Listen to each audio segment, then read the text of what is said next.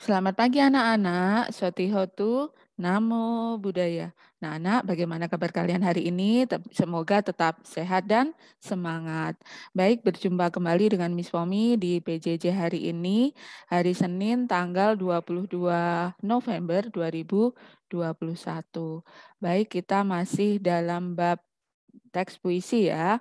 Kita akan belajar mengenai teks puisi.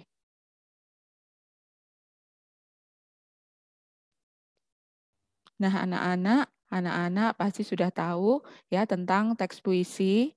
Ya, puisi itu berasal dari bahasa Yunani ya, Nak ya. Nah, anak pasti tahu yaitu bahasa Yunaninya adalah poietes ya. Artinya membentuk, membuat ataupun membangun ya. Kalau dalam bahasa Latin itu puta ya, artinya menimbulkan, membangun, menyebabkan atau menyair ya. Oke, anak-anak, kita di 4.7 ya, sekarang menyimpulkan unsur-unsur pembangun dan makna teks puisi yang didengar dan dibacakan ya. Anak-anak pasti sudah tahu pengertian dari teks puisi ya. Puisi itu adalah karya sastra ya yang berupa kalimat pendek-pendek ya, membentuk bait-bait, dan di dalam puisi ini terdapat keindahan kata-kata ya. Oke, tetapi kalau puisi zaman sekarang, era sekarang itu puisinya bersifat modern, jadi tidak terikat oleh jumlah baris, bait, sajak ataupun iramanya ya. Kemudian anak-anak juga sudah belajar tentang ciri-ciri dari teks puisi ya. Nah, kemudian kita belajar tentang unsur fisik dan unsur batinnya ya. Oke. Nah, ciri-ciri puisi itu mengandung bahasa yang diatur dan dirapikan sebaik-baiknya dalam irama ya. Kemudian berisikan ungkapan, pikiran, perasaan dan pengalaman penyair. Kemudian bahasa yang digunakan bersifat konotatif dan dibentuk oleh unsur fisik maupun unsur batin. Nah, ini unsur fisiknya ya. Unsur fisik itu unsur yang ada di dalam puisi berupa yang kita lihat secara garis besar ya, bentuk puisinya. Itu ada kata konkret, ada citraan, ada tipografi, ada diksi, ada majas, dan ada rima. Ya. Oke, diksi itu apa? Diksi itu pilihan kata ya. Jadi dalam membuat puisi kita harus menggunakan pilihan kata yang bagus supaya kita sebagai pembaca dapat mengimajinasikan atau bertanya ataupun penasaran dengan apa isi dari puisi tersebut. Karena puisi pada dasarnya merupakan keindahan kata-kata ya. Oke, yang kedua adalah citraan atau imaji. Pasti anak-anak sudah tahu citraan atau imaji itu apabila kita melihat, merasakan, mendengarkan, atau menggambarkan puisi ya melalui indera kita. Nah, apa saja citraan itu? Ada citraan penglihatan, pendengaran ya, penciuman, kemudian pengecapan, kemudian perasaan, perabaan maupun gerak-gerik atau estetis ya atau kinestetis. Lalu kita juga biasa menggunakan majas. Majas itu gaya bahasa untuk memperoleh efek tertentu yang membuat karya sastra menjadi lebih hidup atau lebih indah ya. Nah, biasanya jenis-jenis majas yang digunakan dalam teks puisi itu ada majas perbandingan, ada majas sindiran, ada majas penegasan maupun majas perumpamaan ya. Yang biasa digunakan itu ada majas personifikasi, hiperbol, dan metafora.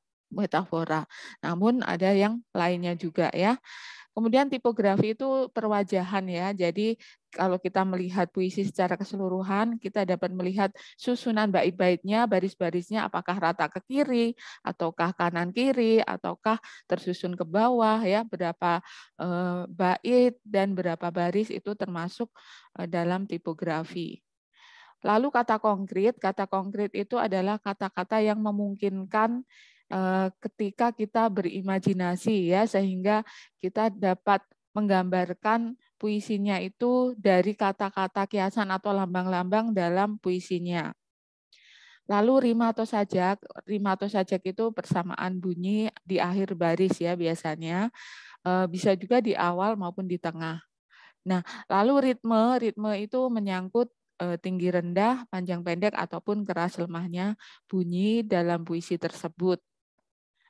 Ya, kemudian unsur batinnya itu ada tema, ada nada dan suasana, ada perasaan dan amanat. Apa itu tema? Tema itu ide pokok atau pokok permasalahan yang diangkat oleh penyairnya ketika dia membuat syair atau puisi. Ya, bisa bersifat perjuangan, ketuhanan, lingkungan, persahabatan, kasih sayang, percintaan dan lain-lain. Kemudian kalau puisi itu mengandung kerinduan, kegelisahan, ya, kasih sayang, puji-pujian kepada Tuhan, itu puisinya mempunyai unsur batin perasaan, ya. Kemudian yang ketiga itu nada dan suasana. Nada dan suasana ini merupakan sikap penyair ya ketika dia membuat puisi itu apakah bersifat menasehati, menyindir, mengejek ataupun yang lain-lain. Kemudian kalau nada ya suasananya itu bisa suasana yang menyedihkan, menyenangkan ya, penuh semangat dan lain-lain. Kemudian yang keempat itu pesan moral atau amanat ya. Nah, di dalam amanat ini pembaca harus mengetahui secara keseluruhan puisinya baru mengartikan kata demi kata, kalimat demi kalimat dan akhirnya mengetahui pesan moral yang terkandung dalam puisi tersebut. Nah, kemudian berpuisi dengan indah. Ketika berpuisi dengan indah, ya, kita harus belajar menulis puisi. Bagaimana kita menulis puisi? Pertama kita menentukan temanya dulu. Tema apa yang kita ambil? Apakah tema percintaan, ataukah kasih sayang, ataukah kepahlawanan? Kita harus menentukan dulu.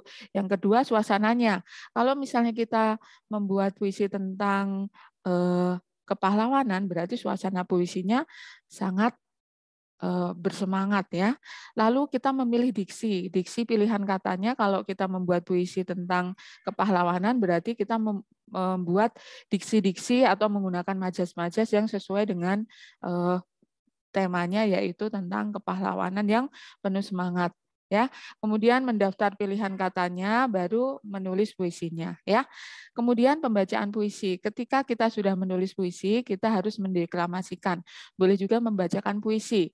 Nah, dalam membacakan puisi itu harusnya ya kita menggunakan penyajian sajak disertai lagu maupun gaya puisi yang baik ya.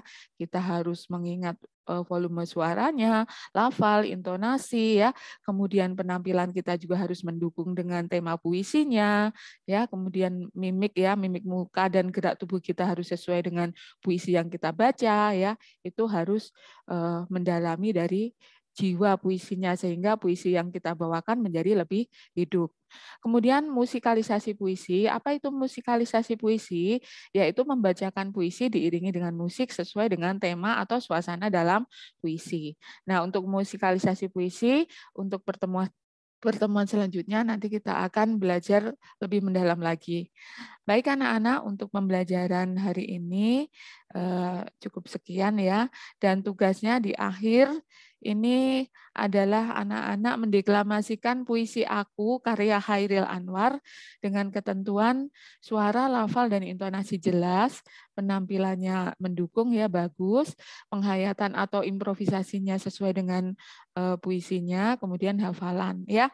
Oke, ini dikumpulkan ketika nanti paling lambat pelajaran bahasa Indonesia ketika penilaian akhir semester ya. Kira-kira di tanggal 1 itu adalah batas waktu pengumpulan tugasnya. Oke, semangat anak-anak. Terima kasih untuk pembelajaran hari ini. Cukup sekian dulu ya. Soti hotu, namo buddhaya.